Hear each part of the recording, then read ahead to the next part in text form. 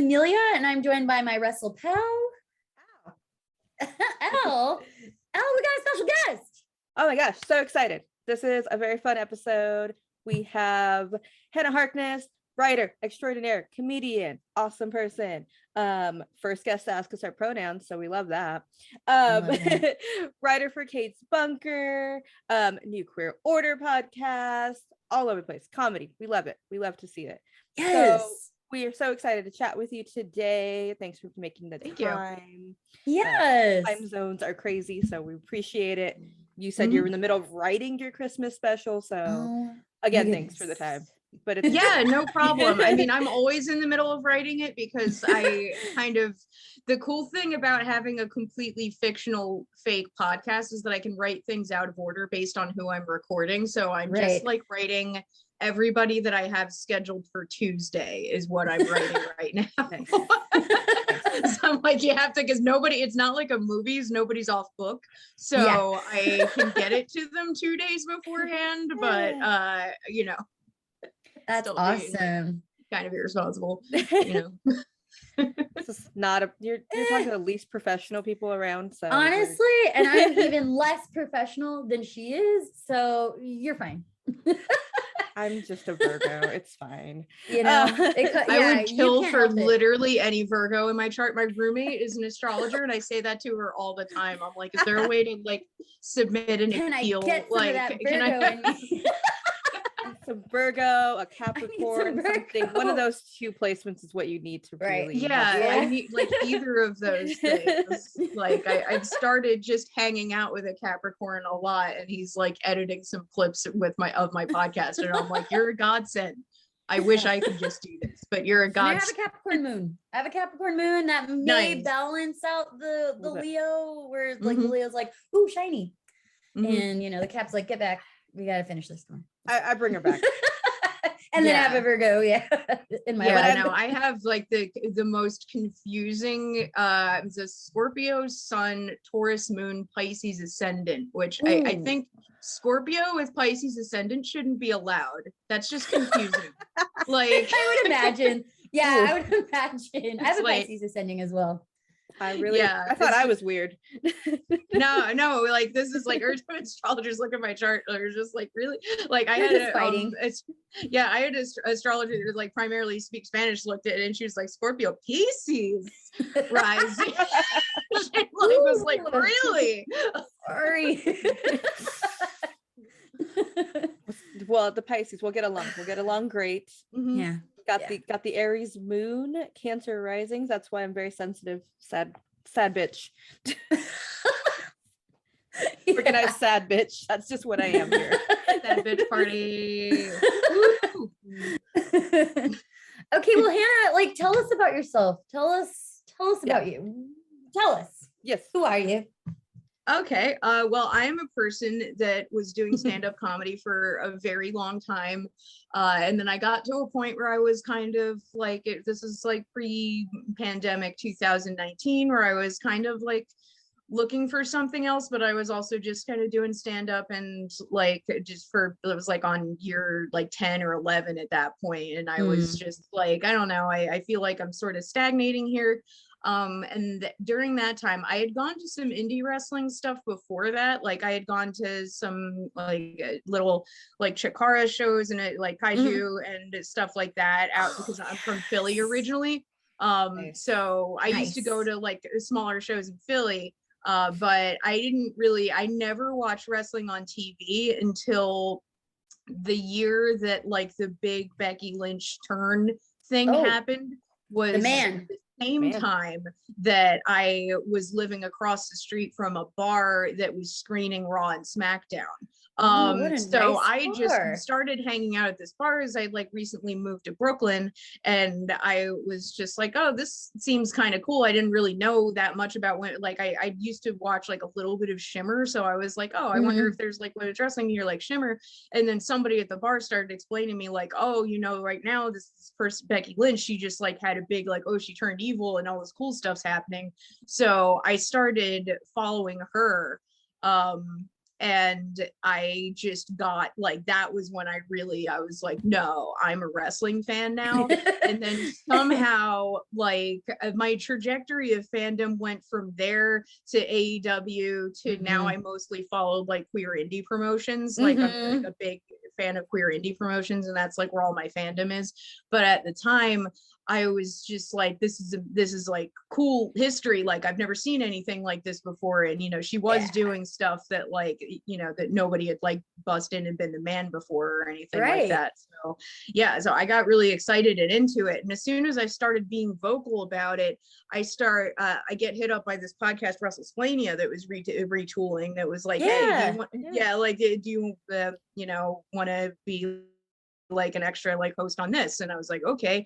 And then I also got hit up by a wrestling promotion in Philly, if you can call it that, called Awful Wrestling. That is it stands for Art Wrestling Federation Urban League.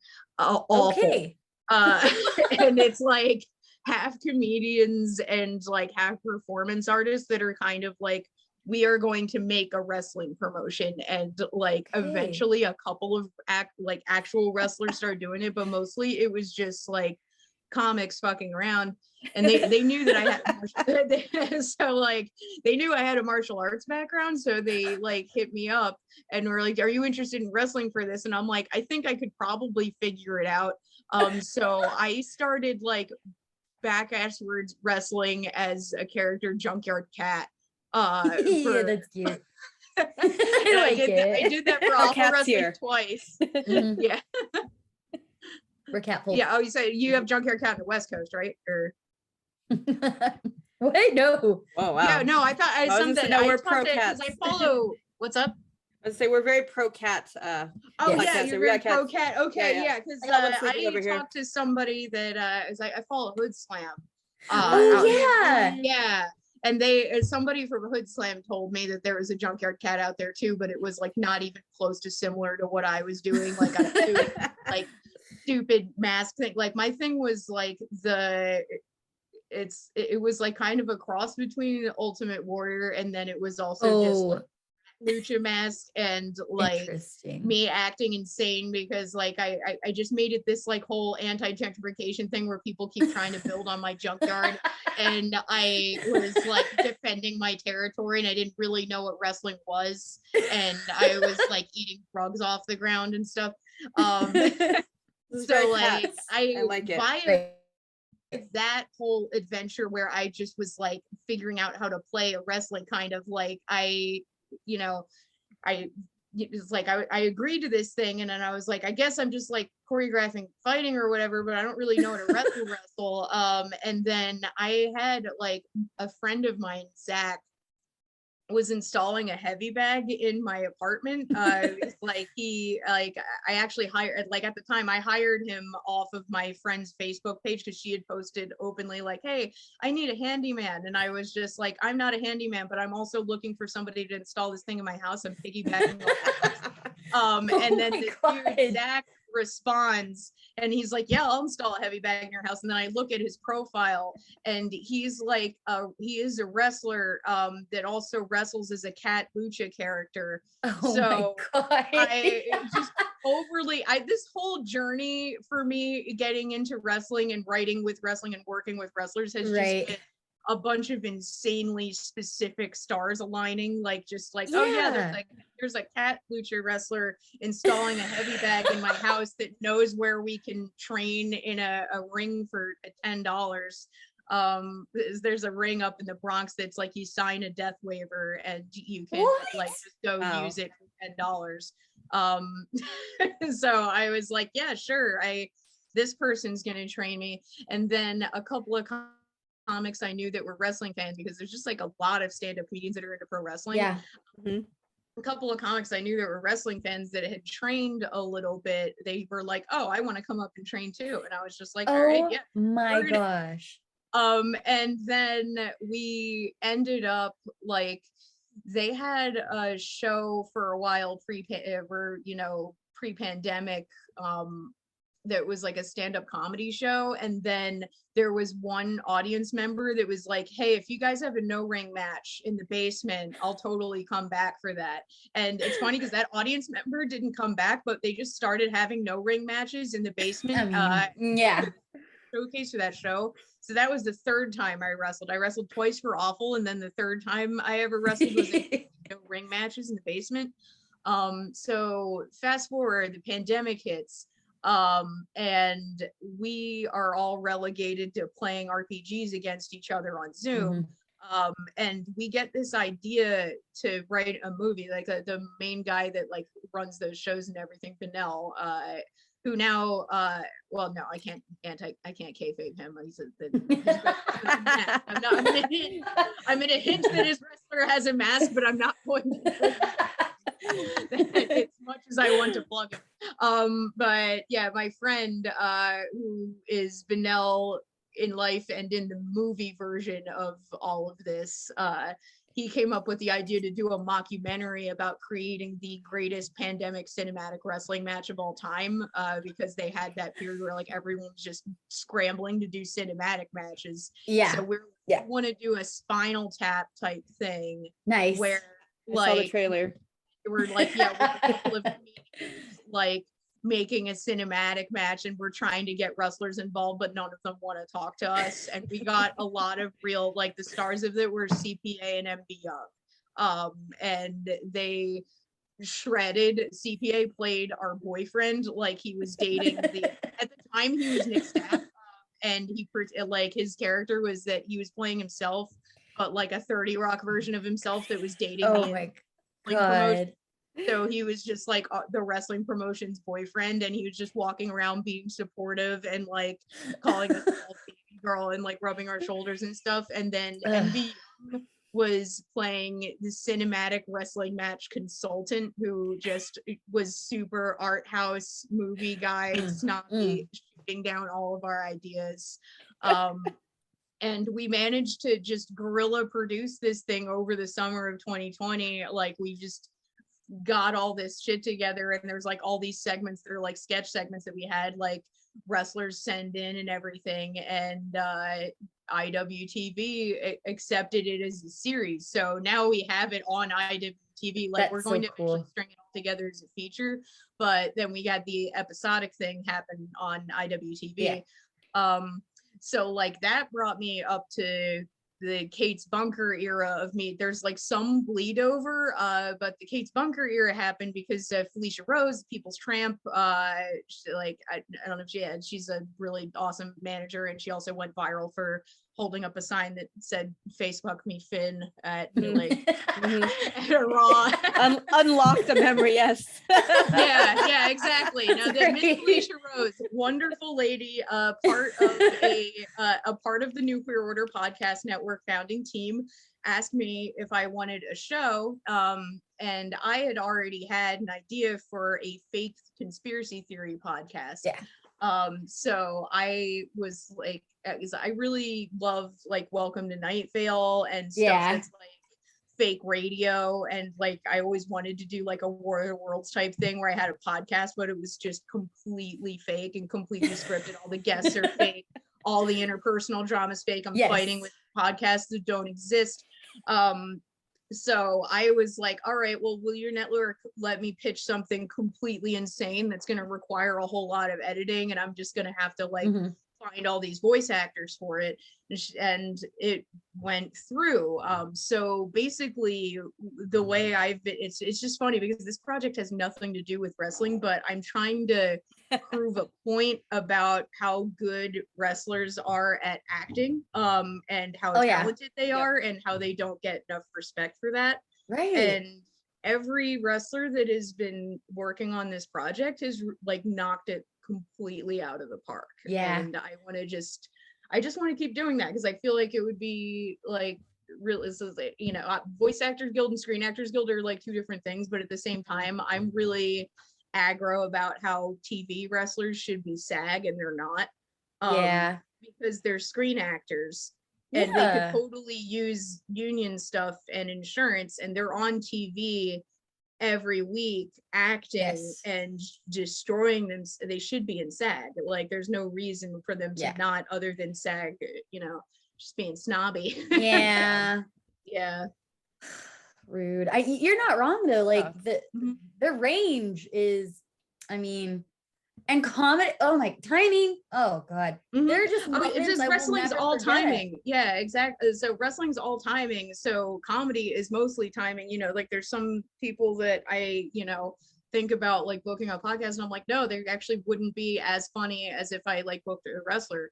And the wrestlers that I have been booking also have just been having a lot of fun doing something that's not their character. Right. Like the two biggest wrestlers I have on the project are Nyla Rose, who I love so much, and Shoot D, aka Pineapple Pete.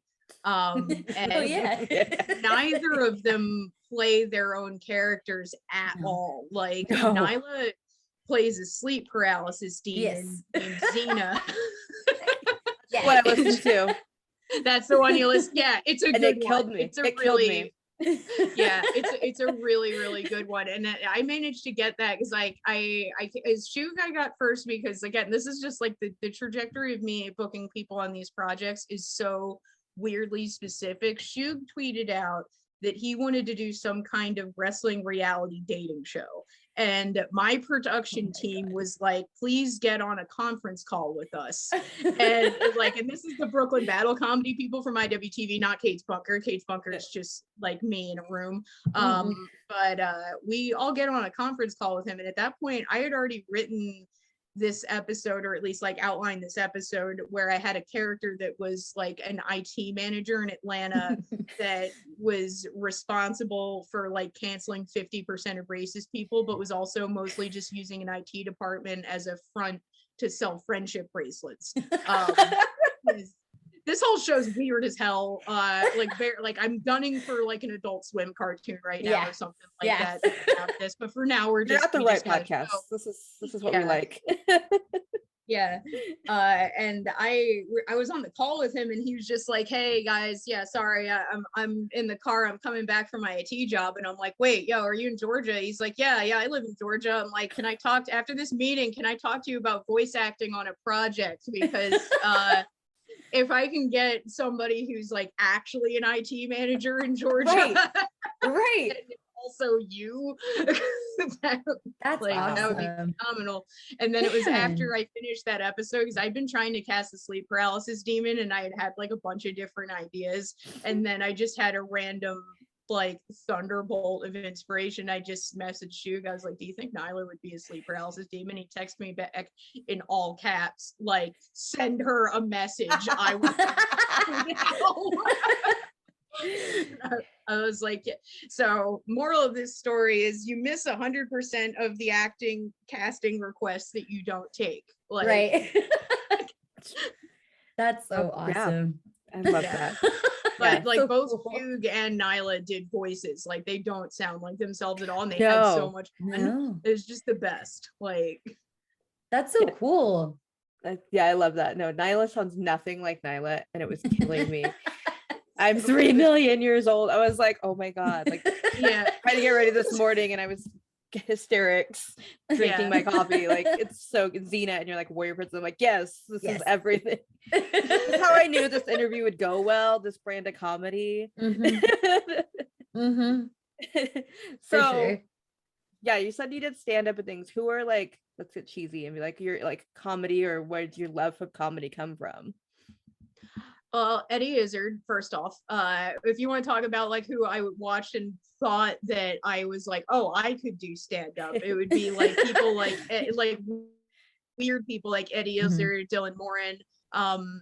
And you know, later on I'd like watch like Margaret Cho and stuff, like, and a couple other people like that. But I think that like the person that made me feel like that I could do stand-up was Eddie Izzard, because Eddie Izzard, her stuff is so weird and irreverent, and it's not just like, because you know, if you watch people like your Amy Schumers or Sarah Silverman's, like they're funny, but to me it's like they're talking about stuff that I don't think about that much, and it kind of deadlocks. Sometimes it deadlocks into a lot of like dating this, that, the other stuff about their families, and I'm just like, this is funny, and I just like, I never want to like shit on other comedians, especially other women, because there's too few of us for us to be like that. And there's some people like one time Eliza Schlesinger went on some rant. She's like, oh well, most women only talk about sex, and I do jokes about World War II, and then she just got absolutely dragged by women comedians from like everywhere, and I'm like, I never want to be that person. But I'm like, I want to do dumb comedy about like robots and stuff. There's room. There's room. The one that was just like full force weird and absurd. Really it. Yeah. Love it. It's like wrestling. There's different. It's like a different That's genre. absurd. Yeah, it's not like, somebody said this to me about anime once. They're like, it's not a genre, it's a medium of expression. It's like painting, there's a lot of different kinds of paintings, and people are like, oh, I'm not really into anime. And you're just like, well, what are you not into? Are you not into like Paranoia Agent, or are you not into like Sailor Moon? Because those are so violently different that like different worlds. Yeah, like different a little girl that's into Sarah Moon. Who's Sarah Moon? But yeah, that would be a Sarah Moon. Oh my god, that would be a great drag and/or stripper.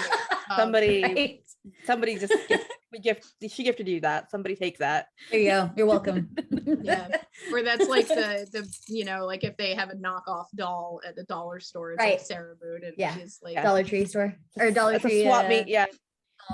I found Dollar out Tree swap Sailor meet. Moon. Yeah. Sarah Moon. Oh, I've been to a swap meet. I know. I'm like, oh, I know the West Coast reference because I went to the one in San Diego once. Swap meets. Swap meets. Yeah, I know what a swap meet is. Yeah. Oh yeah. Outside things, guys. Outside things. Goodbye, squirrel. You can. Birds, lots of animals. I don't recommend that part, but you can. No. Burn. But yeah, no, I love that. I love that you're bridging like because comedy and wrestling are the same. It's very and to be quick drag and everything too, and drag like, and everything. That's kind of like the magical area of wrestling I've managed to fall into just in New York, and just like following things. It's like, I was watching AEW for a while, and then I became friends with MV Young because I saw him on Twitter, and I was like, hold the phone. There's another person that moved from Pennsylvania to Brooklyn, is blonde, polyamorous, and pansexual, and is like into wrestling, and like this, that. Yeah, I basically DM'd him. I'm like, we have to be friends, or we have to kill each other. Like, there can only be one. These are the two options. Yeah, it's true. And then people still like, if we like, when I post pictures of us together, people are like, this is some weird twin set shit. I'm uncomfortable. Like, but too like much. Exactly. But I became friends with him, and he gave me awareness of all these like queer promotions, like Joy, like Hood Slam, like Butch vs. Gore, which is going to Pro Wrestling Vibe now, Wrestlers Lab. And then he, of course, had the polyam cult parties, which are like some of the coolest experiences of my life. I managed to go to all of them, with the exception of the first one was like a backyard show that like in Brooklyn somewhere there just wasn't enough space for me to be there, and it was still like pre-vax, so I didn't necessarily want to be there either. But then the other ones, I went to the two that were in the backyard of a trap house in Pittsburgh, and the first was magical because it was the first time I'd left my apartment in months, and then I just like jump in CPA's car to go to Pittsburgh. And then and then he had the other one at Take Pink 2 Training Academy, but it's just like, it's cool. Like, and then IWW now is starting to do like super queer focused like underground shows too, and it's cool. I feel like every stage of my like wrestling fandom journey, I've been a part of something new, because I was like watching The Man, and then right as the Man thing was like kind of wrapping up is when AEW started on TV, so I was just like kind of there for like, ooh, this is exciting. It's like a whole new competitive promotion, and then for no like there was no specific reason I stopped following AEW. I just got distracted by the small cool things. Yeah. And and the small cool things are bringing so much drag in, and there's so many cool performers I'd never seen. They're doing some new stuff. The Paris is Bumping is one of the coolest things I've ever been to in person. That was in Ridgefield Park, New Jersey. You're so lucky. So jealous. Yeah. Oh, I know. Hood Slam. I love Hood Slam so much. Man. Yeah. The thing about Hood Slam was like, in line, all you're hearing about is like how insane it's going to be. And we're already getting high in line, and they're like, just be ready for more and be open to anything. And I mean, I had the time of my life. It was the best day. I didn't get it murdered me. I haven't went to Hood Slam. This is a conversation we had recently with MC AJ Kirsch, aka Bros of Joe Brody, and I'm still salty I didn't get to go. So hopefully 2022 they come back and I can go, because I'm sad. Yeah, no, you gotta go. It's an experience for sure. Like, people came from like Brooklyn. There was like the guy behind me was from Brooklyn, and he was like, I can't wait to see this. I've heard so much about it. It was so fun. I mean, I'm starting to get to the point where there's shows like that where I'm like, if Paris is Bumping has their next show in a state that's nowhere near me, I might still go. Right. And then, Michael's not gonna, MV's not gonna do the polyam parties anymore. He's like opening his own training space in Pittsburgh, and he's also got I think the Rise Championship just went to PB Smooth, but like for a second there, he's running around with 4 belts. So he's gosh, he didn't have time busy for boy, that, very busy boy, just engaged in I mean, everything. So he doesn't feel like good for him. he doesn't feel like producing. But I think it's really cool that, like, because I've been watching since 2000. Like, I watched as a kid with like Hulk Hogan, Ultimate Warrior and stuff, and I lost interest during the Attitude Era because it wasn't geared towards me. And then I came back in like the Ruthless Aggression time frame, and then I discovered like ECW that way, and so I kind of knew that there was just like a raunchiness. It didn't always have to be like so squeaky clean, because even the Attitude is still kind of squeaky, It's like WWE's version of ECW. Yeah. And then they brought in ECW. So I've seen this like evolution of like, this is not for me, to like, we've always been here. Cause like there are queer wrestlers. There always have been queer wrestlers. Yeah, there always have, and the cool thing about these like new queer shows coming up is that they're bringing back all these people that are like legends, that trailblazers and stuff that you get to see. Like when they had the Effie's big gay brunch, they had the Cassandra Cup too. Like that was so cool. Yeah, so like Cassandra's like back, and then people like the Mariah Moreno. Trans, she was at Paris is Bumping, and it's just like so many people that are veterans that I'm starting to meet now, just because like I'm technically press. I don't know, like I'm in such a bizarre I'm such a bizarre wrestling adjacent area that like my Twitter account gets a lot of traffic for me, like fan posting about wrestling, and then I'm also just like I am like writing and casting wrestlers constantly, but I like not like I'm in a very hairy area between fan and it's fun though. It is fun. But I interact with a lot of people that are just like, oh, I've been doing this for years, and people have always been telling me like, you're not marketable, queer wrestler, not like believable as being the person that wins, and then they're just like, it's really just been in the last 2 years that there's just been this big explosion, and like all of these like drag performers performing at wrestling shows, even though it seems like that would have been intuitive for that to be happening since the beginning. And it clearly just wasn't happening because of the amount of wrestling fandom that's just like super rednecky and homophobic. But it's cool to be a part of something new, and it's like a part of something so unapologetic. Like one thing, like the one of my favorite promos of all time now is that Pero did one before the Effie's Big Gay Agenda with the No Peace Underground.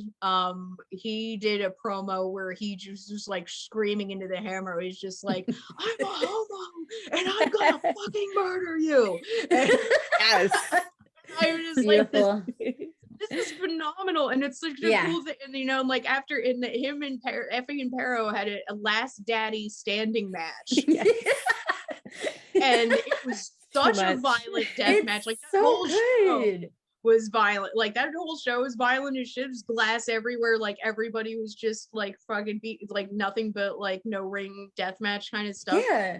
But like, and then at the end of it, because like Pero won the last daddy standing match, but then Effie grabs the mic and his pupils are like pinpricks, just covered in sweat and blood, and he's just like, yeah, we're winning, you know, and we're homos, we don't care. And don't fucking death. And I'm just like, this is the coolest display of LGBT rights. Right, exactly. Like, yeah, it's amazing. It's such a good time to be a fan. There's just it's not even something for everyone. It's just like now there are places for you to feel safe, and as violent as that show may be, you're in a safe place, you know? Yes. Yeah, exactly. You know, like, and it's cool that the promotions like enjoy when the person comes out and they have like their name appear under them. They also have their pronouns appear under them. It's like it's so cool. And then, you know, you can hear commentators, like there's definitely a learning curve. You can hear some commentators that are like getting used to the they them pronouns and everything, but the fact that they're even trying, and the fact that they are now having to like reconsider intergender wrestling, because if you're non-binary, all wrestling's intergender wrestling. So like the fact that they're making these moves, and I get to be like present during a time when like a movement of art is changing, and it's like this level of like underground and outlawish, and like, and also like the literal outlaw thing. Like I love feeling like I'm getting away with something. I love things that feel punk, and the shows that I've been to where they're just ducking the athletic commission, where they're just like in a backyard somewhere, and they're just not like, and people keep trying to report them and they can't, or they get shut down at one place because like homophobic person snitch to the athletic commission, but then it happens anyway. I'm just like, I'm so glad I was here for this. Like, magical. It's exciting. It's cool. Like you never get to do, like it's so rare to see something new because everything's so recycled, that I'm just like so excited to be a part of something new, you know? Exactly. It's so cool. And it's kind of like it's sifting out, you know, who can adapt.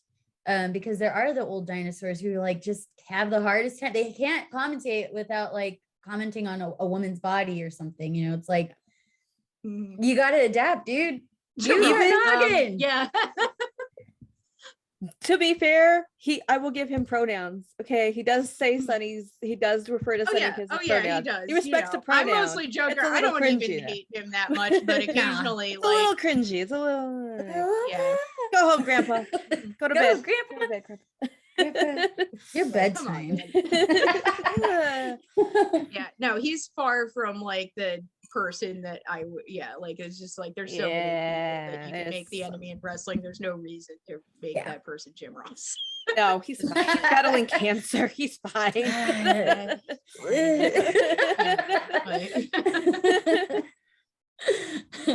He's selling erection pills. He's fine. Leave him alone. It's cringy. There's some bad commentators. That vanity search themselves. Oh God, I'm never vanity. I vanity searched like one time, and I found out that a bunch of like blogs like have been like pull my tweets and post them as part of the article, and it was like never anything bad, but I was still like, I'm unnerved by this, especially because like a couple of times it was for like an obituary for another comedian where they like pulled my tweet going like, I'm sad about my friend Chris dying, and they're just like, comedians mourn Chris Cotton, and they like pulled a bunch of tweets from people's accounts mourning, and they never said anything to me about that, and I was like, all right, if this is happening, I just don't want to know, because I'm bad at like vulnerable like that. Like I like that wasn't even me, like me, you know, it wasn't talking shit that made me want to stop vanity searching. It's like, oh, somebody saw that I had feelings. That's not okay. That's not no. We draw the line right there. No, don't post in Split Sider that I was sad. Don't you dare. It's the Scorpio. It's the Scorpio. Oh yeah. No, and then that's why being a Scorpio with a Pisces rising is torture full circle, is because like I want How to. does that even? It doesn't. It doesn't make. How Like does you know that? what I always explain it as, like, you know those gifs of like Melania Trump like smiling at somebody and then just like, Right. that's Scorpio with Pisces rising in a nutshell. Is they're like, yeah, you know, everything's fine, and deep the darkness Painful. is like, oh God, no. But thankfully It's hilarious. I got the Taurus moon smack in the middle, I was like, trying to bring the two relax. sides together. But it's a struggle. Oh man. My Yeah. sympathies.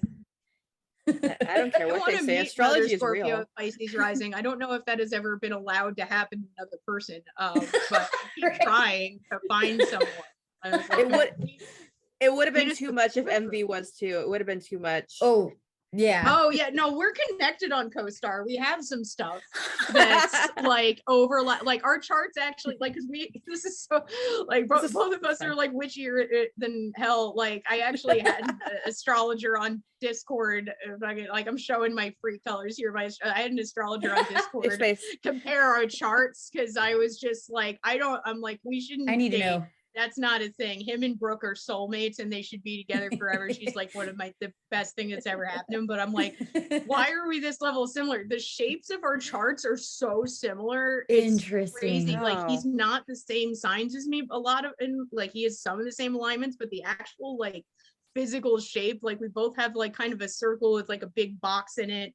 And like one or two similar lines. And I'm just like, this is fucking crazy. Like, I mean, he's like the most crazy. Leo that ever Leo'd. Yeah. There's my Leo over here. Yeah. Mm-hmm. She's not very Leo. Leos are great. I got a Cap moon and a Pisces ascending. Mm-hmm. They're like, calm down.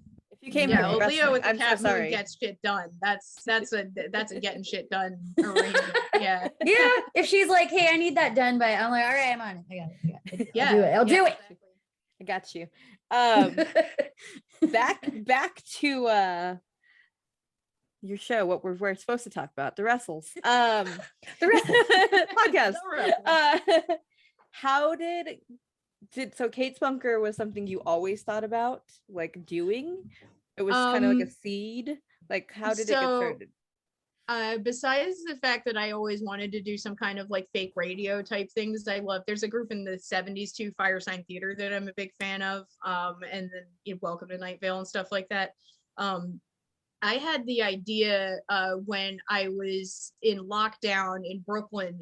So I was in a basement apartment for that whole thing. Oh. So I was like, I was like, maybe I could make like a fake YouTube conspiracy show since I'm like stuck down in this basement. But like I kind of didn't have my druthers to, produce something like that on my own. And so it was one part that, and then when Felicia offered me the podcast, I was like, okay, I could totally convert this to a podcast form. It might even be easier this way. Yeah. But the original like main seed behind it actually was like a lot earlier, back in like 2015, I think, like 2014, 2015. I was booked on a show at Philly Improv Theater called Defend Your Thesis, which is a comedy show where they give comedians like randomly selected topics from Wikipedia, and they ask us to present a fake academic thesis on the topic. And then they have 3 comedians pretend to be like higher ed professors, and they like sit as like a panel on the stage, and they sit there and like ask you questions and talk to you about it like you just give a dissertation, but it's all like bullshit. Yeah. So they gave me the San Juan National Forest, and I blamed the San Juan National Forest for the JFK assassination, like tree spirits. Like right. I was just like, tree spirits killed JFK. Like that's what only explanation. Yeah, and I put unbelievable amount of effort into this for an unpaid gig. I just went way too far. Tons of research. Yeah, exactly. No, I just did all these research, made all these stretch associations, was like bringing up stuff about Lee Harvey Oswald that was like completely irrelevant.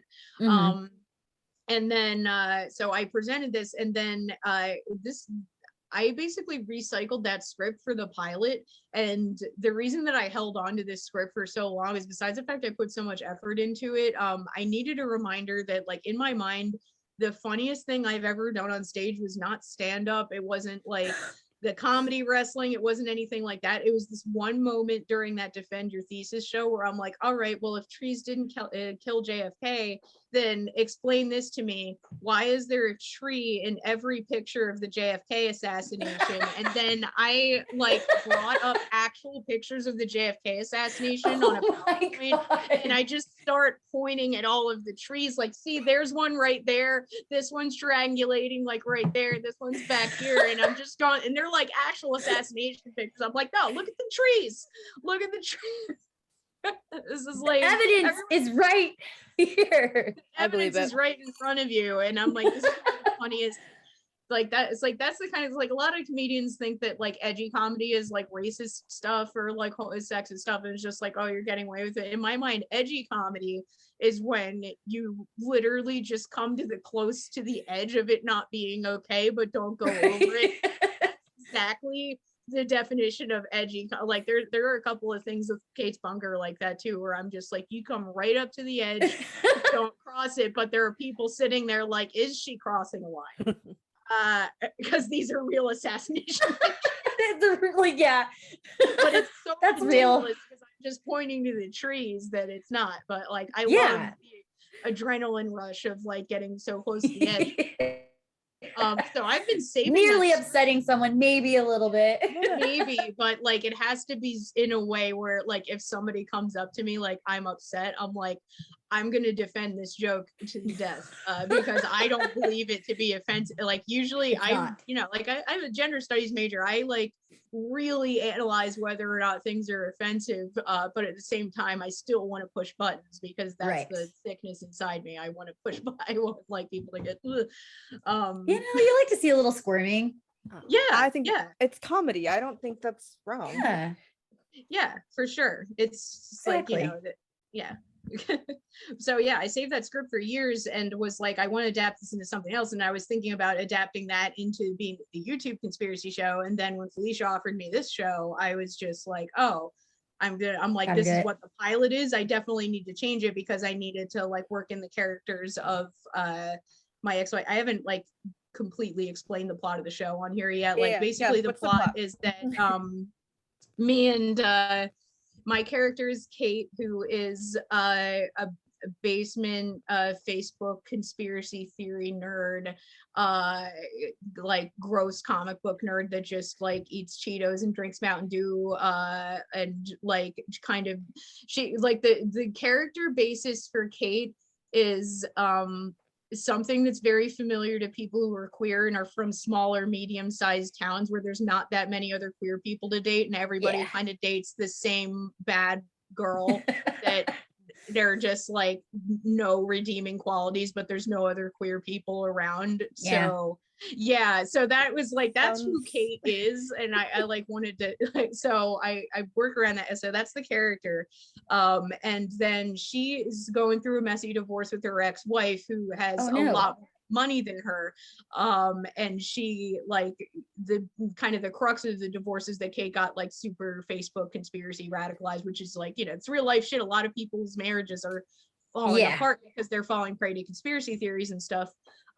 So Kate's marriage hit the breaking point when Kate built this underground bunker and like sold her wife's car behind her back for like some of the supplies, and was just like, no, I did this for us. This is our doomsday prepper bunker. But then she just got dumped, and so now she has to live in this underground bunker because she wasn't making any of the money in that marriage. She works like seasonal retail jobs, and Maya's like a concert violinist and performs at like, oh my god, she like has like jobs at tech conferences and stuff. Like she's like a chess tutor. Like Maya's like this super badass lady. This is also a comment on a lot of really badass, amazing women I know that are just dating people that are not good enough for them, and I just like write this cool fantasy breakup scenario, so especially that happens a lot with radicalized podcasters too, is that they'll just like get super in their bubble, and then their wife is fighting like, man, I'm leaving you, like I gotta go. I'm just gonna. Yeah. So like, yeah, so it's like, it's a fake conspiracy thing, and then I start building up. Yes, I have like Kate's character is best friends with Toe Hogan, who is a thinly veiled parody of another man who will not be named. It's not necessary because people are smart. But it's like her famous podcaster friend that has like millions of followers that'll do anything he says, and he's constantly throwing out promo codes and talking about how hard it is to be a man. And but like everybody thinks that her podcast is like a spin-off of his podcast.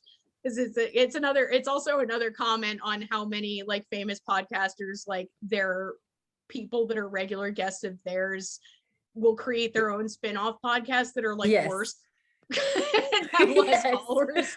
So like I'm just like, yeah, I want to create like the fictional worse like side podcast where she like kind of doesn't know what she's doing, doesn't know how to like edit super well, but like over time starts building a fan base and shit, and also starts like selling out to sponsors. So like that's kind of like the core plot. The other person I would consider to be a principal character is that the three characters in the pilot are me, Maya, my ex-wife, who's played by Chanel Ali, who's dope stand-up comedian. She's got a special coming out on Epic soon. She's been on Comedy Central a bunch. She's been on True TV a bunch. Like she's just great. Definitely look her up.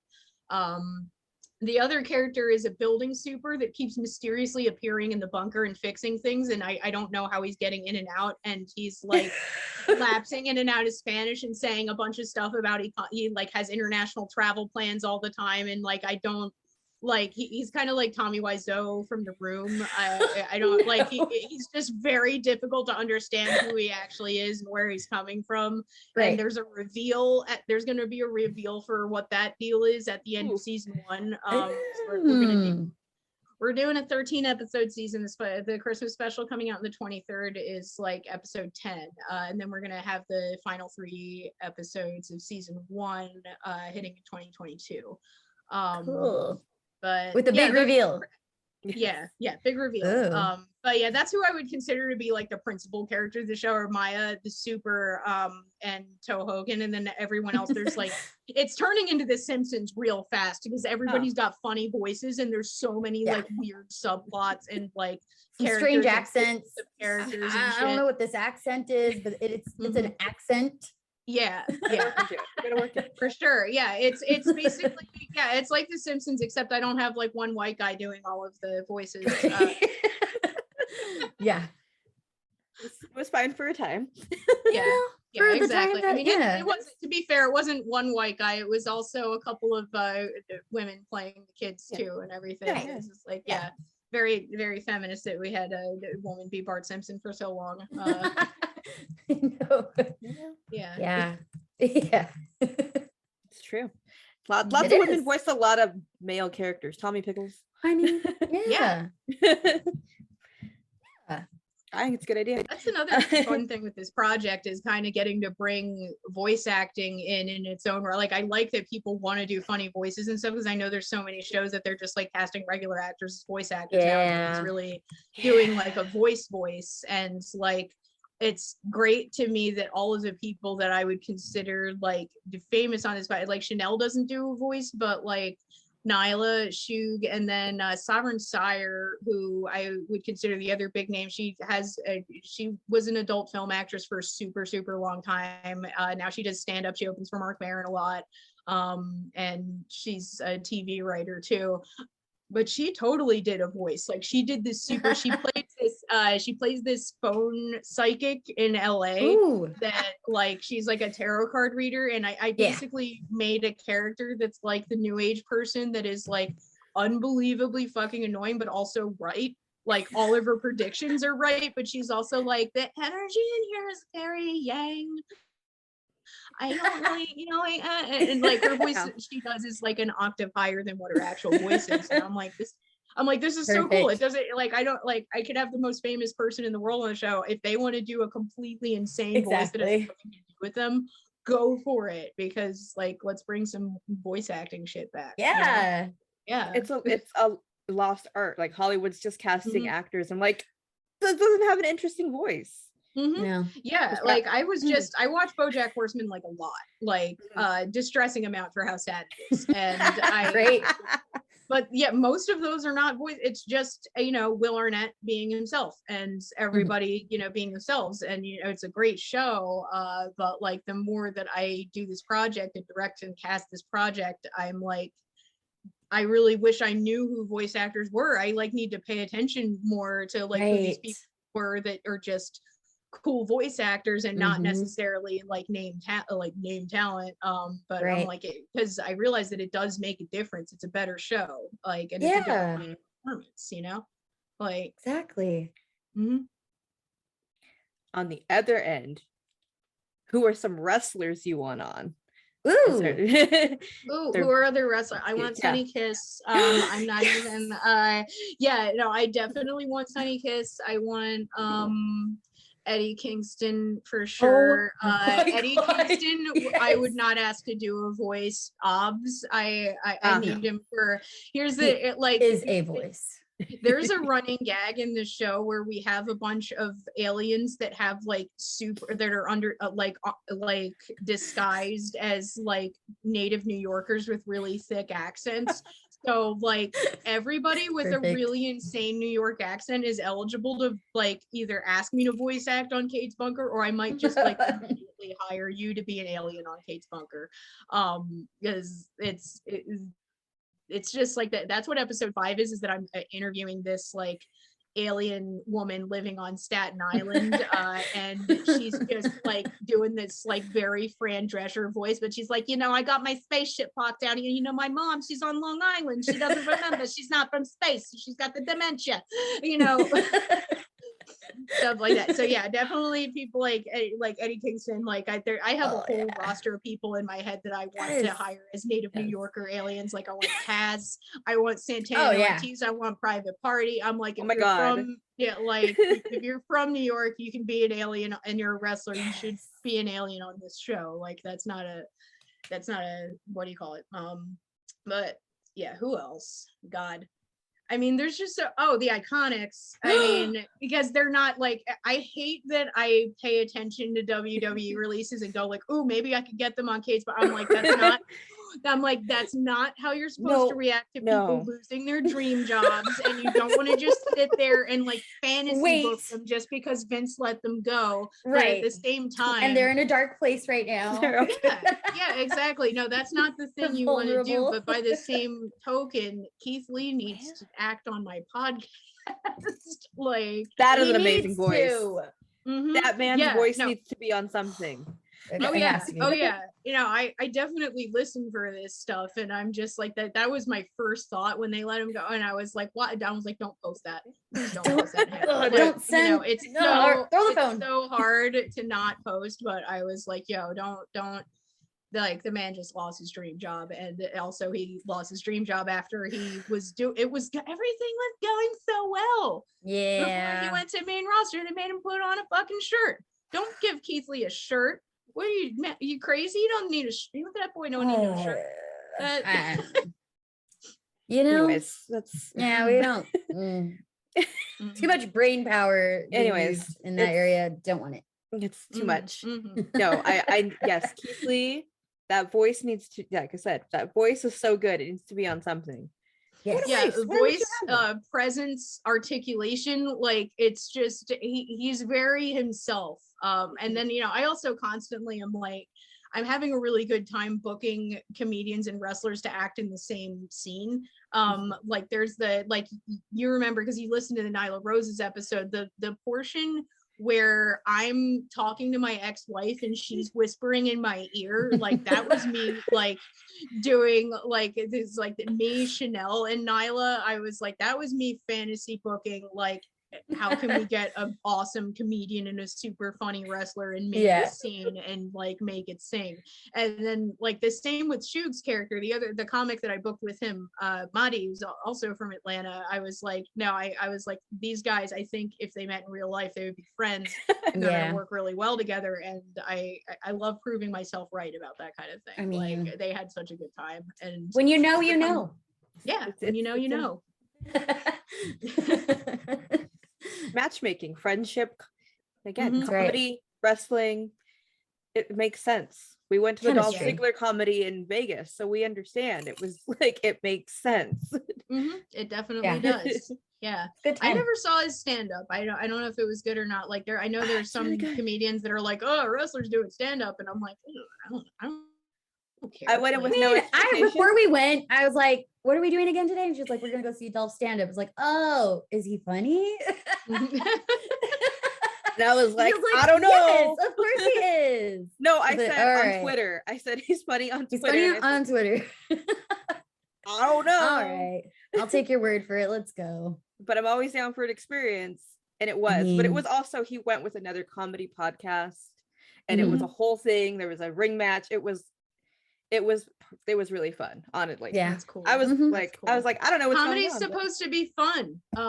That's what Exactly. I sent out a thing in the press release where I was just like, I had a PR person give a press release to a whole bunch of like random ass news outlets, and I'm really excited to see if like somebody in Nebraska is like, why did somebody send us a thing about a fake podcast? But gotta love Fiverr, right? They'll just do like whatever you ask. But yeah, I said in the press release that the mission statement for the show is comedians don't own comedy. Comedy's supposed to be fun, and being right about a conspiracy doesn't make you a good person. And I'm like, boom, like Boom. this Is that a isn't me like t-shirt? fucking Scorpio burning like all of my anger about like my Right. 13 years of stand-up. Yeah. I don't know what you're talking about. I don't know what that doesn't sound right at all. Weird. All right. No. It was way off. Need a witty caption. I don't know. Mhm, mhm. I think that should be a shirt. I think if there's merch, that should be a shirt. I think that's Oh a good yeah, idea. no, there's we're gonna have merch soon. The network's like the podcast network is like that I'm working with is super awesome, queer run, but we're definitely like on the ground floor of things and like working on Yay. building this thing and getting things moving. But we'll be having merch pretty soon. Right now you can support the NQO Patreon and everything. Cool. I'm hoping to get those sponsorship dollars soon, because that's the part that I'm getting to. That's the goal. Yeah, dollar. Same. Mhm. Same. Mhm. Somebody Dollars. we'll hawk something. I don't care what all. Yeah, yeah, exactly. Boner pills. But what are those Easy. ball shavers? That's what they do on podcasts? Manscaped. Yeah, my friend Manscaped. Andrea's podcast has. Yeah, no, my friend Andrea's podcast has like a Manscaped sponsorship. Nice. Mhm. If Could it's use them good on enough for an anything. AEW podcast, it's good enough for us. That's right. There you go. There you go, Manscaped. Mhm. Do it. Bring it. A bed, a mattress. I'll do whatever. Mhm. That weird cereal. Yeah. Got it. It's been fun making jokes. Like one of the best things about having a fake podcast is giving people fake plugs. Like when guests are coming, I'm like I had this fake animal expert character on episode 3, and then like when his character got off the mic, I'm like, oh, that was great. You know, you can follow him at like at Atticus Jonesworth on like Twitter and Instagram, and you know his book, The Adventure Man, is available on Audible. But I'm like, that's not real. Like, They're not I'm real. just making They're not shit real. up. Like I love like aggressively name checking people who don't exist, and like writing in case. sponsors that aren't real, and like advertising products that aren't real. Like it's just there's just like so much comedy opportunity in this like Oh weird. yeah. It's like it's a lot Truly of work. ridiculous. I never meant the show to be this long. Like Night Vale is like 20 minutes, and a couple of those minutes is the weather segment's a song. They have like an indie band submit a song, so it's not even a 20-minute show. And I was like, okay, if these scripts are like 20-ish pages, 25-ish pages, it'll be about the same. No, No. these are like 40 to 50-minute episodes, so it really just sounds like a fake podcast. Yeah. Like really, like when you get Legit. into it, you start to forget that it's not real. You're like, oh yeah, I'm just listening to like a You get long immersed. interview podcast. Yeah. It's true. I'm like, this is legit. I'm like, no, it's not. No. Yeah. No, it's not. Like I'm gonna go look that up. Wait a minute, that's not real. Wait a minute. Yeah, Got me I mean, again. usually, like, I'm interested in seeing who the first person is that's going to get worked by this podcast, because it's really Exactly. like, Exactly. it's going to happen. I know at some point somebody's going to think this podcast is real, because things are crazy enough now that like Mhm. people release shit that sounds like The Onion and sounds like Kate's Bunker or whatever. So like, I'm fully anticipating that being a thing, but at the moment, I think as soon as like they hit the phone call portion and like we're in, you know, when I like mean, have the super wandering in and stuff, it's like I think that Kate's believable. Like I think if it was just me and my character and like doing a solo fake podcast, I think that more people would think it was real. But because I Yeah. have the other actors coming in and they're being like so fucking ridiculous, and I'm just like making shit up Outrageous. like that I think is tipping most people up. What like I keep wondering what's gonna happen though is this like this is also being like Nuclear Order has a radio station too. So there are people that are tuning into this that like in the middle of the episode. And it's like not They're live. like, So I'm like wondering what those people are like, how long it takes them to realize it's not a real show. Like, what am I listening to? yeah, Love it. yeah, good. this especially you get things like that Aliens of Staten Island episode. For some reason, like I've gotten into multiple cars where people like had that episode on and were listening to it, and they turn it on. And she's just like, oh, you know, those Monglaxians, you know, they'll cut your faces off. You know, not all these aliens, sunshines and Funny. roses. You know, I got all these Indian channels. You know, that's Absurd. yeah. I can't believe it. Love it. It's a real thing you get to make. It's so good. I know, it's a real thing you get to it's fun, do. and again, it's cool to do something new. You know, Yes. like I could have done, you know, anything like because I could have had a lot of fun doing a more standard podcast, and it would have been a lot easier. But I decided to make everything hard, Right. Because I wanted to do something new. You know, like Exactly. yeah.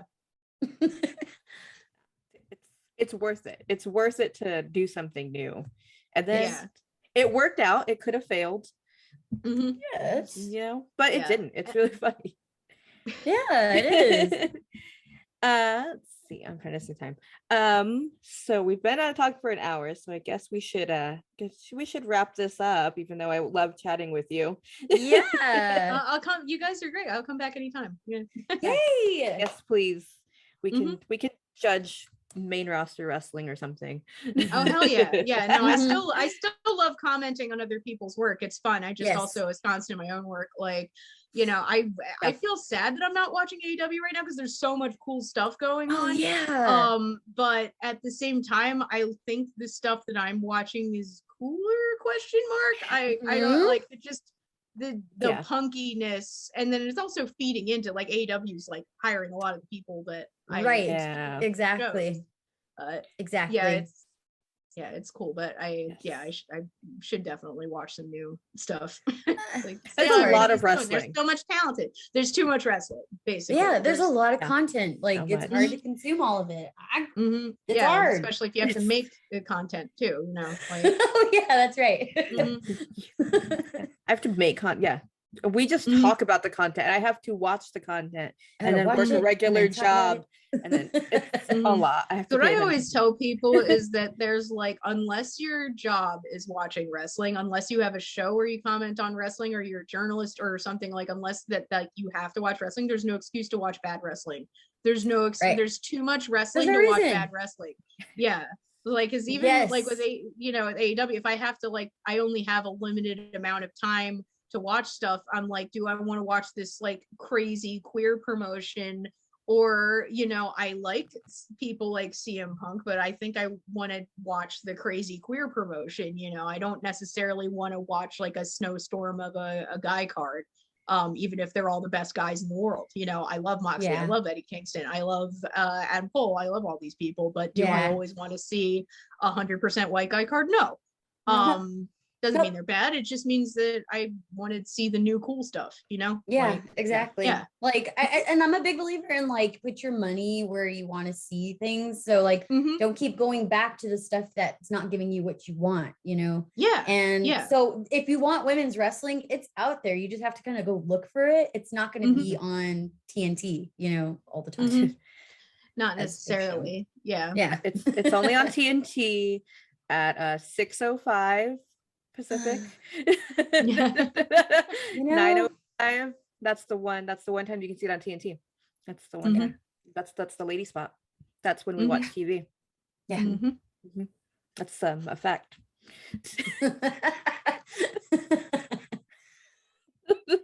SMDH.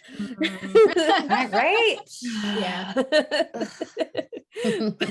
But yes, find the wrestling you want to watch. There's so much. There's so much talent that are people of color, queer, just so much talent.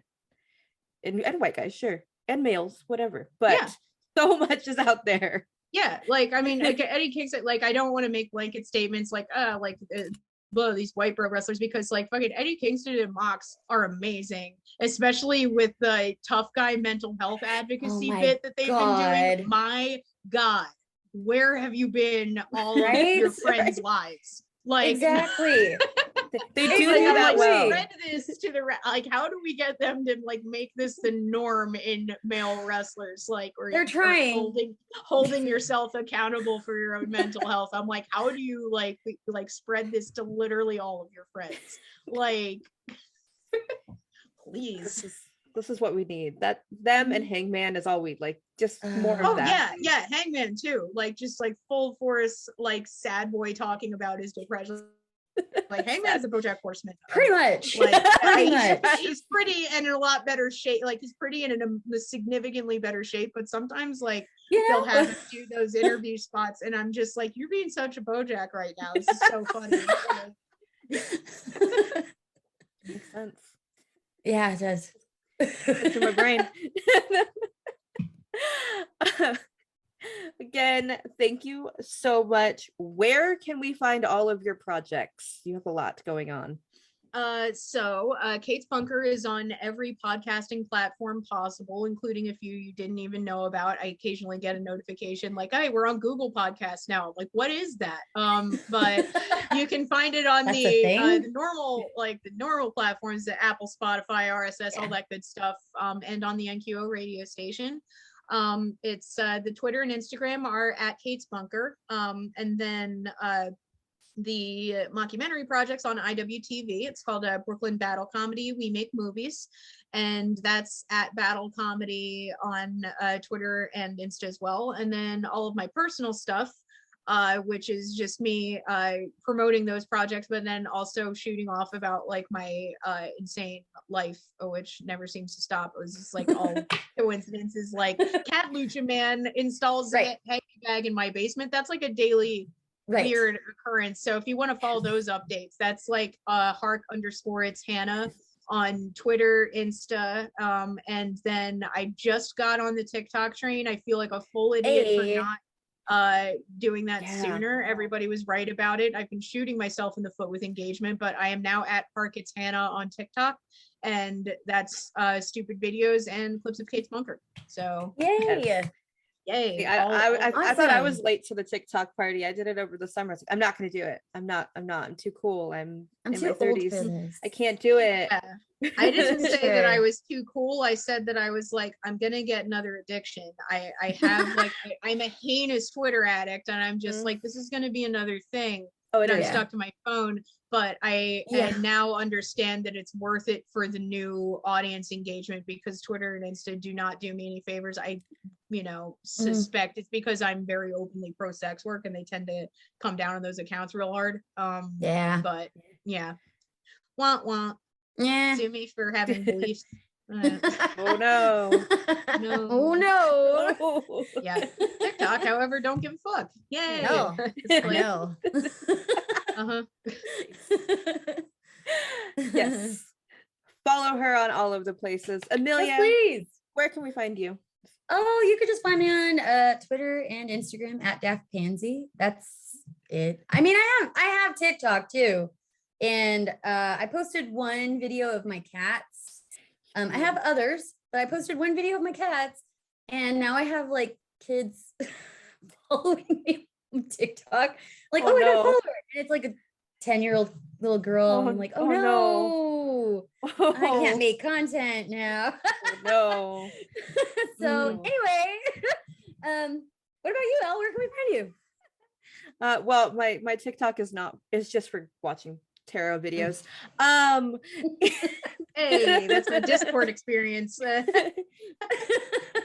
It's a lot of mantras, it's a lot of tarot. Hey, That's my business. that's right. Instagram, Al__. Yeah. Twitter, Kayfabe Al. You can find the show on Instagram, Twitter, Facebook, all of the things. Twitch 2022 at Kayfabe Queens. And we are so happy that you joined us, Hannah, and you're amazing. And come back Thank you so anytime. You're so much. fun. Awesome. Yes. Yeah. See you guys next time. Bye. Bye. Bye.